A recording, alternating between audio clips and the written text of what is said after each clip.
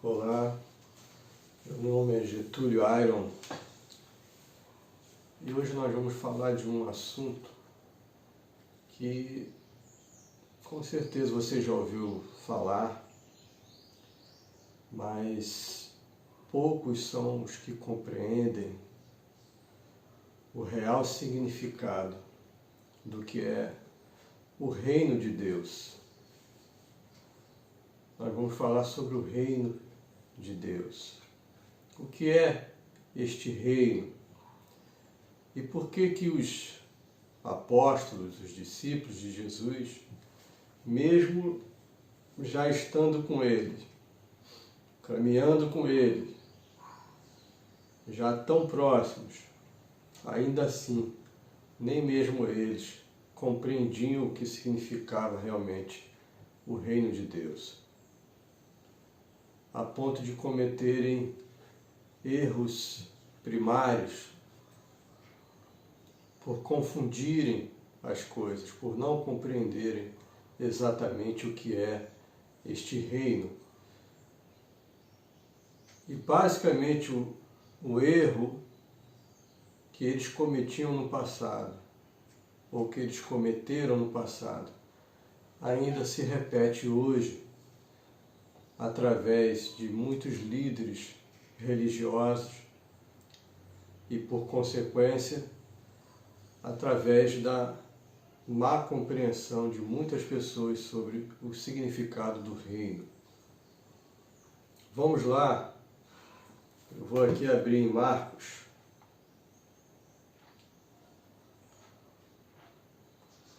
capítulo 10,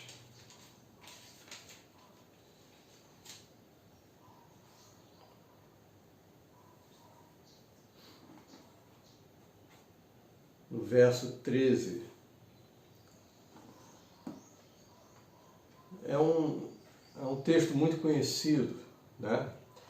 E fala sobre os meninos, as crianças, que eram levadas até Jesus para que Jesus orasse por elas, para que Jesus impusesse a mão sobre elas.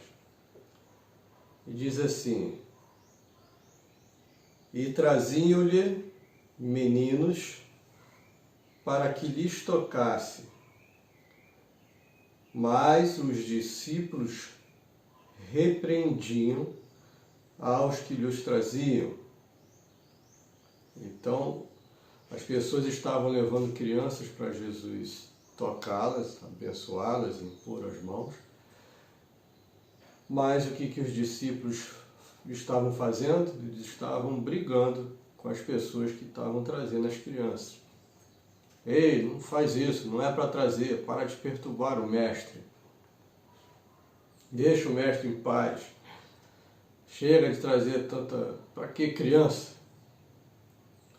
A criança naquela época, imagina, hoje em dia, em pleno século XXI, há algumas pessoas que não compreendem a importância de se tratar uma criança com respeito, que não percebem a imensa capacidade que está nas crianças, que elas trazem com elas. Primeiro que são seres divinos, como todo ser humano. Segundo, que o subconsciente, ele já vem com uma capacidade imensa. E aquilo que você coloca nas crianças, principalmente até os 7 anos, vai ter impacto para a vida delas para sempre.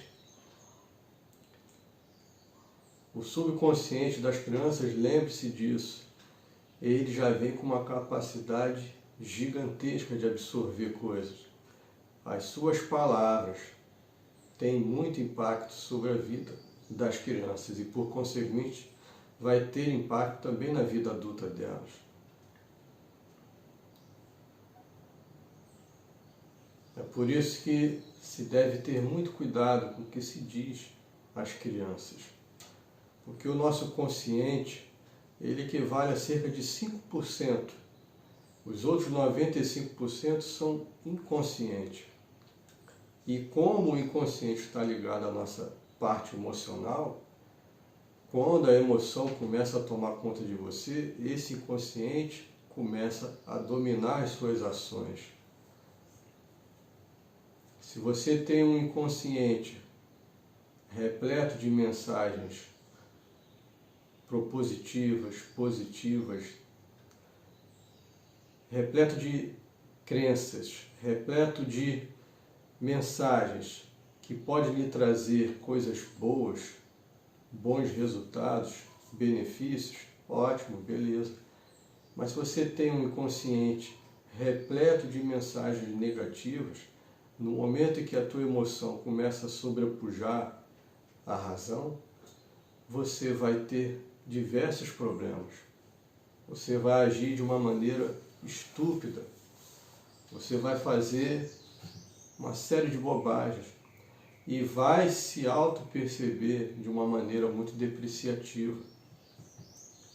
Então, tenhamos muito cuidado, principalmente com as palavras que nós dizemos às crianças.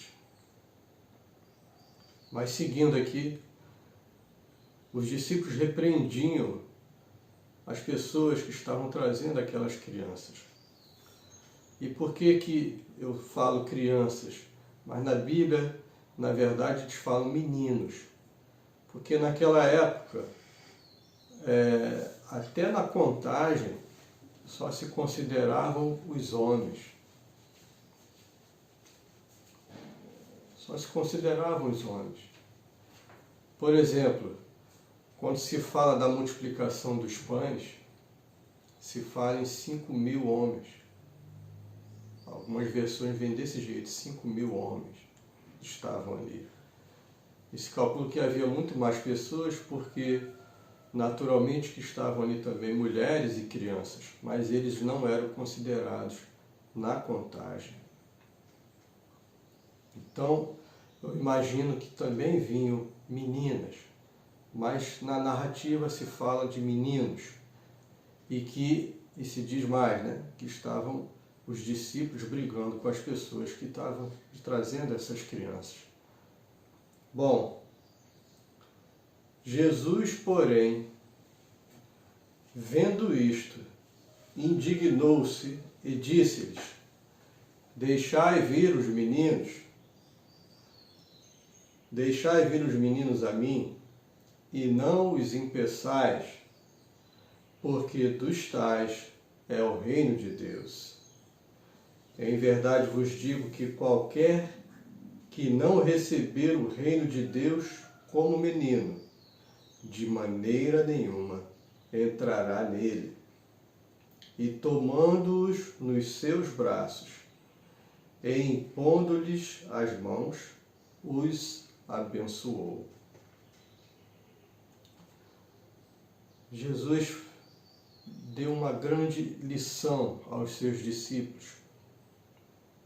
Ele disse: deixai vir os meninos, não os impeçais, porque dos tais é o reino de Deus. Ele diz mais, ele diz: na verdade, se você não se tornar como essas crianças, você não vai poder entrar no reino. O que significa isso? A criança simboliza a total entrega, porque uma criança, quando confia, ela se entrega totalmente. Se o pai ou a mãe disser, pula, eu vou te segurar, ela vai pular. Se o pai ou a mãe disser, pode comer, isso te fará bem, ela vai comer. Se o pai ou a mãe ou algum adulto em que ela realmente confia disser, isto é bom, ela vai acreditar que aquilo é bom. Se disser isto é mágico, ela vai acreditar que aquilo é mágico. É a total entrega, é a total devoção.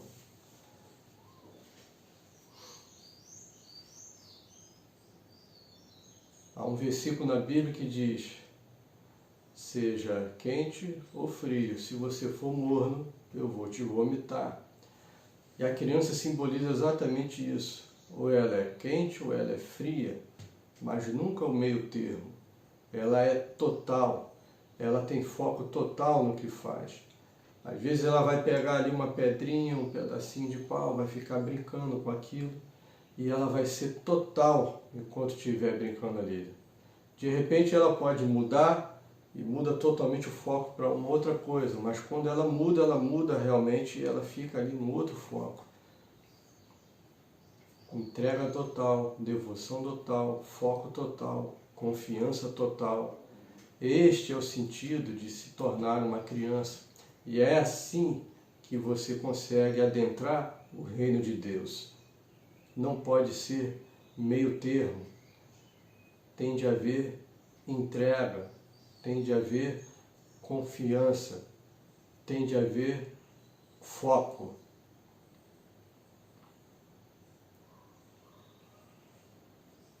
Prosseguindo,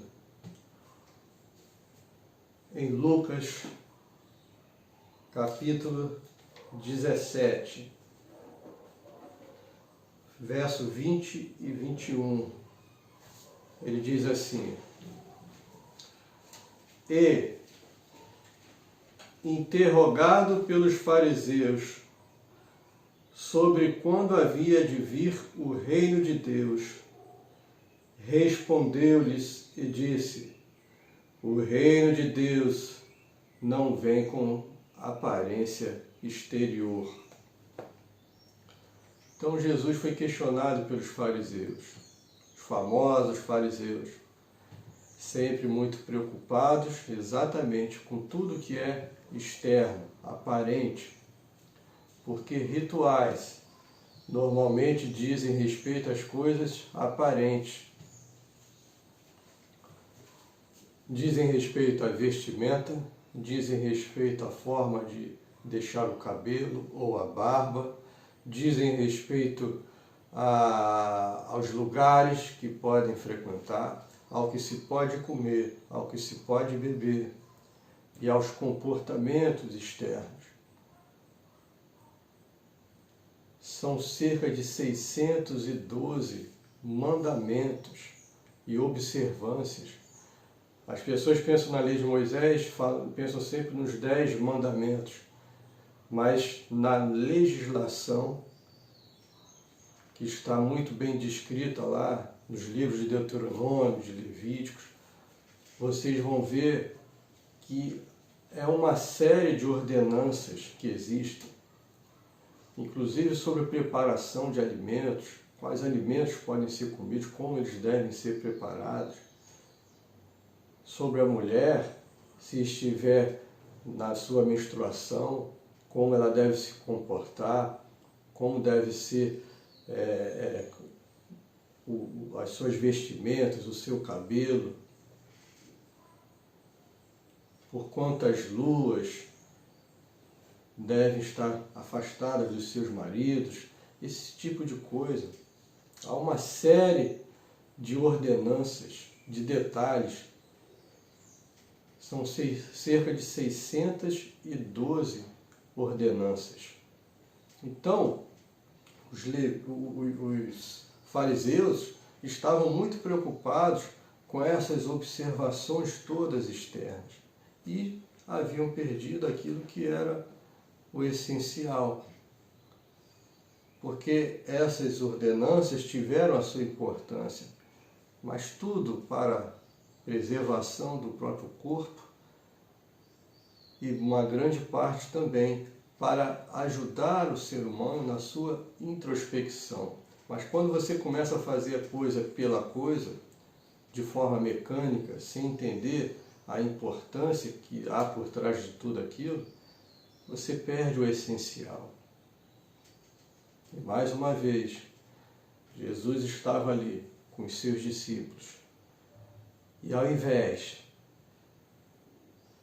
dos fariseus aproveitarem aquela presença divina maravilhosa, aquela fonte viva de conhecimento, de paz, de alegria, de cura, eles estavam ali resistentes, porque observavam apenas a aparência. E aí eles fazem um questionamento.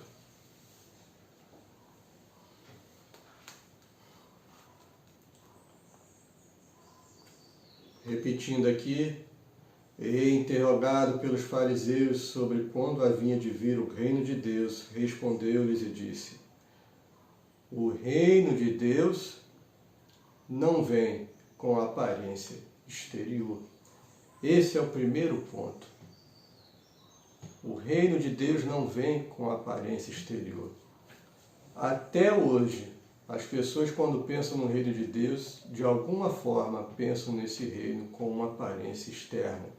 Dizer que pensam numa aparência externa significa dizer que eles pensam em termos materiais. Veja só, uma das imagens mais comuns quando se pensa sobre o reino dos céus é o quê? Uma nuvem repleta de anjinhos ali, descansando sobre as nuvens. O que é uma nuvem? É uma matéria. Ainda que menos densa, ainda que mais sutil, mas sempre se pensa em termos físicos, em termos materiais.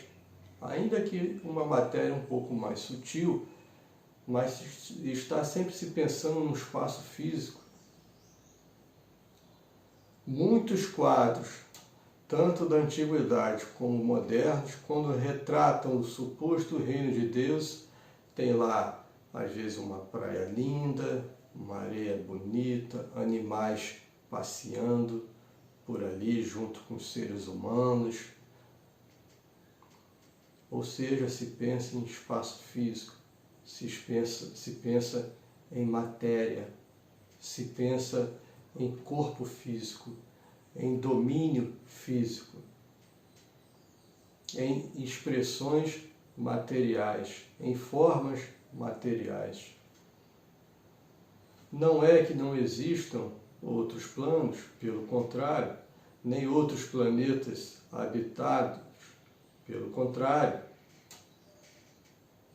Entretanto, ainda que fôssemos pensar em vida em outros planetas, não necessariamente a vida vai ser semelhante ao nosso planeta aqui, no seu aspecto físico. Até porque o apóstolo Paulo fala, assim como há corpos materiais, há corpos espirituais. Ele coloca isso no plural. E cada corpo vai estar adaptado ao ambiente. O espírito pode gerar diferentes corpos conforme o ambiente,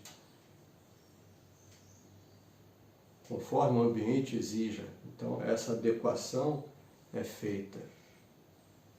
Por isso que é estranho quando se procura vida em outros planos, mas sempre se procura uma vida, de certa forma, semelhante ao que nós temos aqui. E não necessariamente estas vidas têm semelhanças, principalmente semelhanças físicas.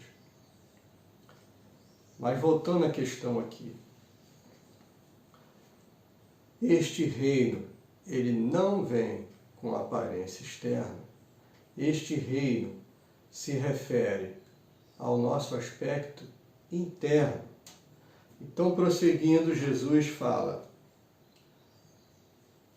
nem dirão, ei-lo aqui ou ei-lo ali, porque eis que o reino de Deus está dentro de vós. E aí eu preciso dizer que, infelizmente, existem algumas traduções na Bíblia que, ao invés de terem escrito o reino de Deus está dentro de vós, está escrito o reino de Deus está entre vós. E por que eu considero isso algo tão relevante, tão triste? Porque quem o traduziu segundo um preconceito. Pesquisando, a maior parte dos tradutores dizem que o adequado nessa tradução aqui seria dentro de vós, que embora possa ser traduzida como entre vós, essa não seria a tradução mais adequada. Então, por que algumas versões colocaram, ao invés de entre vós, ou melhor, dentro de vós, colocaram entre vós? Porque para agradar alguns preceitos de alguns grupos religiosos. Alguns grupos religiosos consideram que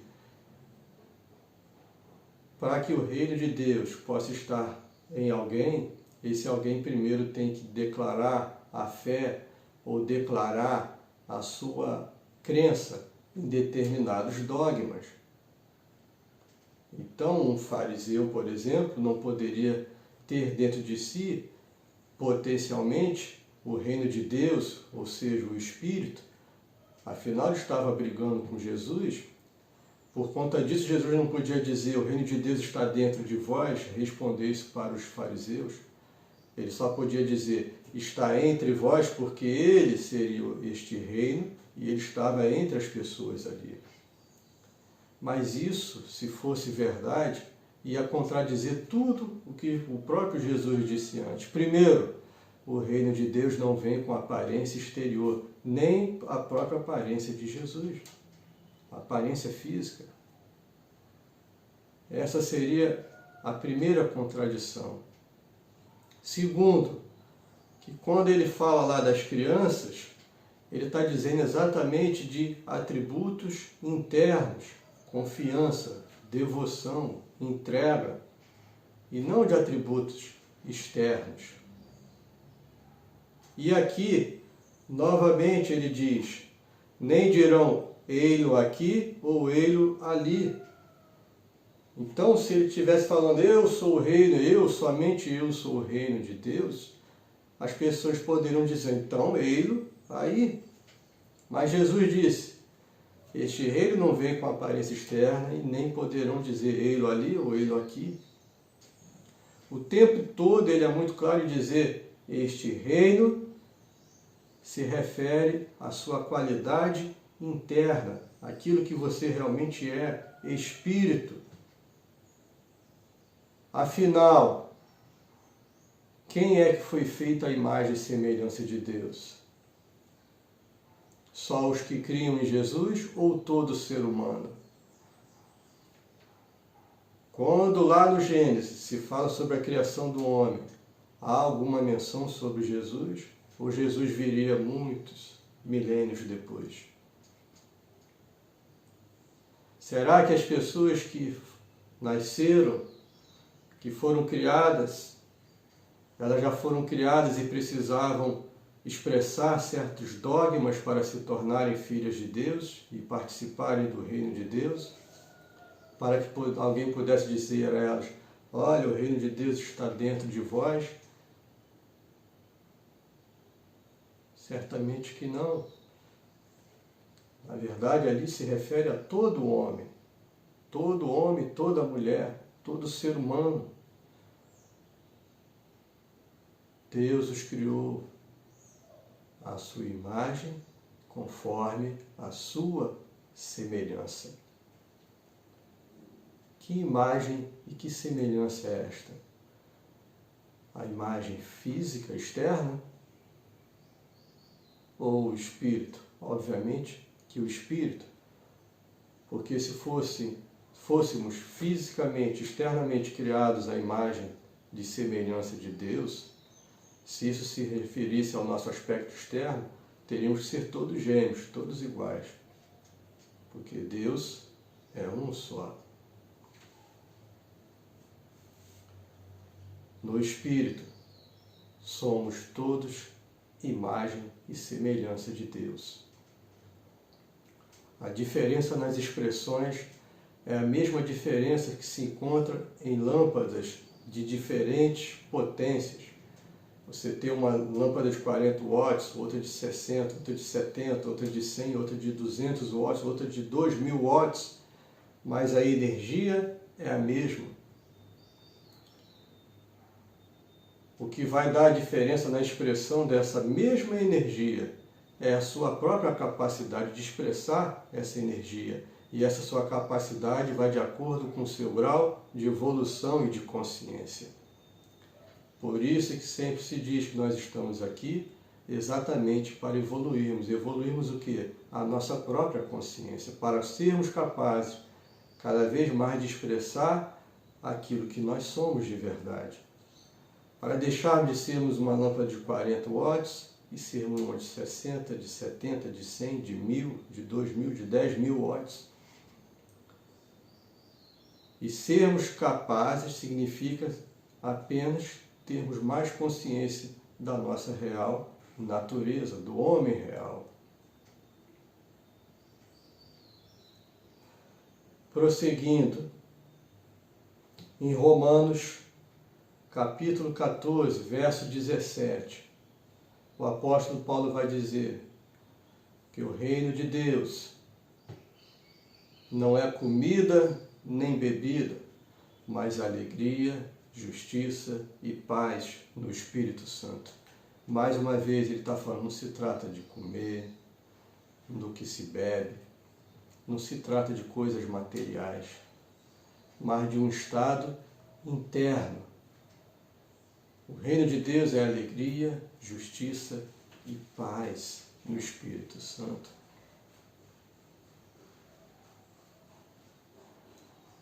Nunca se tratou de coisas externas. Sempre se tratou da tua real natureza. Em João, capítulo 4, verso 24, você vai encontrar que Deus é Espírito e importa que os que o adorem em espírito e em verdade. Então, olha só, Deus é Espírito. E o que importa? Importa que aqueles que o adorem em espírito e em verdade. Deus é Espírito. E o que é o homem? O homem é a imagem e semelhança de Deus. Então este homem só pode ser Espírito, porque Deus não é outra coisa senão Espírito. Deus é Espírito, o homem é Espírito. E o reino de Deus só pode estar falando do Espírito. Não vem com aparência exterior. Não se pode dizer deste reino, ei-lo ali ou ei-lo aqui. Não se trata de um local. Trata-se da tua real natureza, trata-se do teu estado interno.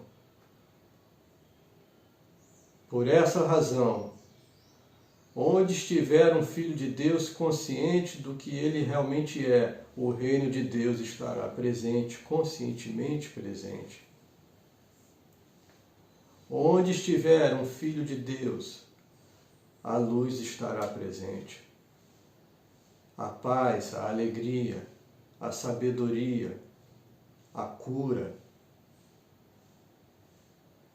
estará presente. Você é o reino de Deus na terra. Você é a expressão do reino de Deus nesta terra. Por isso que o apóstolo Paulo diz que nós fomos chamados a reinar em vida. O que é reinar? É viver no reino. Você não foi chamado a reinar após o seu desencarne. O reino de Deus está disponível para você aqui e agora. Você foi chamado para reinar neste momento, a partir de agora, reinar em vida. Essa é a sua herança, é o seu direito à bênção, o seu direito à alegria, o seu direito de filho de Deus. E olha, vou só abrir um parênteses aqui. Muitas pessoas têm dificuldades em aceitar isso, porque foram criadas com uma disciplina tão condenatória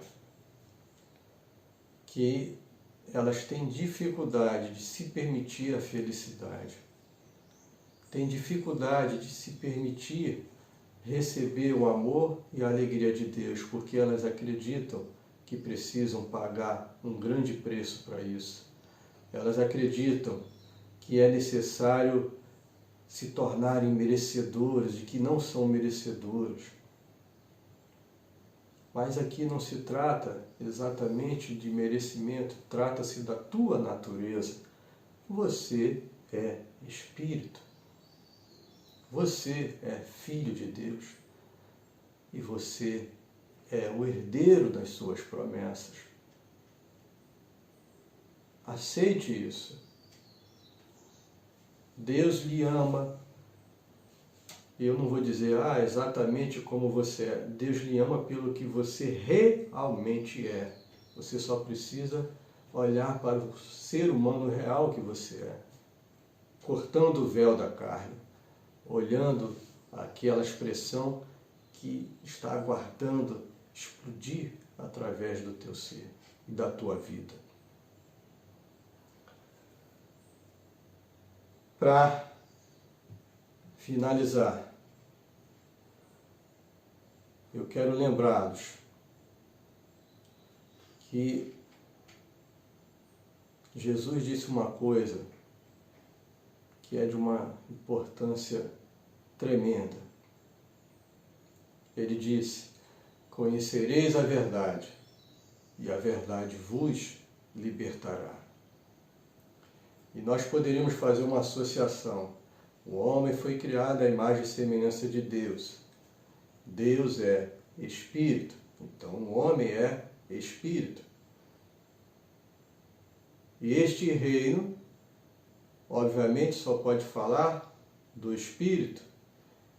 Não se trata de um local, então trata-se de um estado que é inerente ao próprio ser.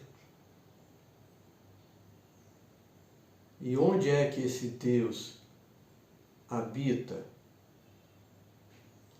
Deus pode habitar em algum lugar? Ou existe algum lugar onde Deus possa não estar? Será que Deus pode se deslocar para um determinado lugar? Deus não pode se deslocar para lugar nenhum, porque Ele está em todos os lugares. Qual o único lugar onde Deus pode habitar? É em si mesmo. Deus só pode habitar nele próprio. E sendo você parte da essência de Deus, Deus está em você, Deus é a sua natureza. O correto não é nem dizer Deus está em você, mas que você é a expressão de Deus. Você é um pequeno Deus. Você é Ele.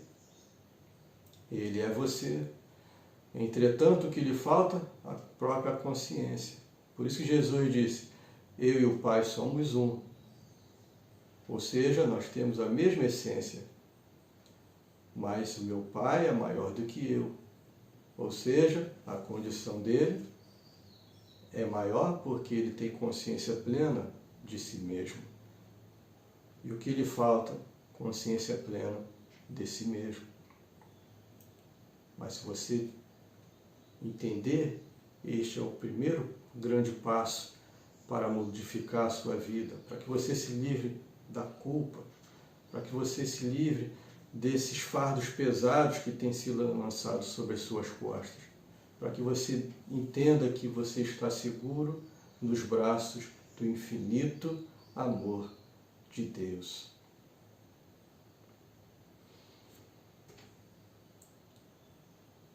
Eu olhei aqui para a minha cola para ver se tinha alguma anotação. Às vezes a gente,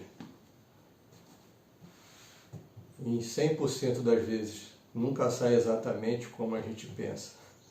Muitas coisas vêm na hora. Mas eu quero terminar aqui, porque eu quero que as pessoas conheçam o Bhagavad Gita e que entendam o que significa a multiforme sabedoria de Deus. Deus não falou só através da Bíblia. Como pode um ser humano ser capaz de escrever tantos, centenas de livros, e Deus, que é a própria fonte da criatividade, só teria escrito um livro? Ou inspirado um livro só? De forma nenhuma. Então o Bhagavad Gita que eu posso dizer que é uma Bíblia dos hindus, ele diz assim: conhece esta verdade, ó príncipe. O homem real, isto é, o espírito do homem, não nasce nem morre. Inato, imortal, perpétuo e eterno, sempre existiu e sempre existirá. O corpo pode morrer ou ser morto e destruído, porém, aquele que ocupou o corpo permanece depois da morte deste. Quem conhece a verdade de que o homem real é eterno, indestrutível, superior ao tempo, à mudança e aos acidentes, não pode cometer a estultice de pensar que pode matar ou ser morto. Como a gente tira do corpo as roupas usadas e as substitui por novas e melhores, assim também o habitante do corpo, que é espírito, tendo abandonado a velha morada mortal, entra em outra, nova e recém-preparada para ele. O homem real, o espírito, não pode ser ferido por armas, nem queimado pelo fogo. A água não molha, o vento não o seca, nem move.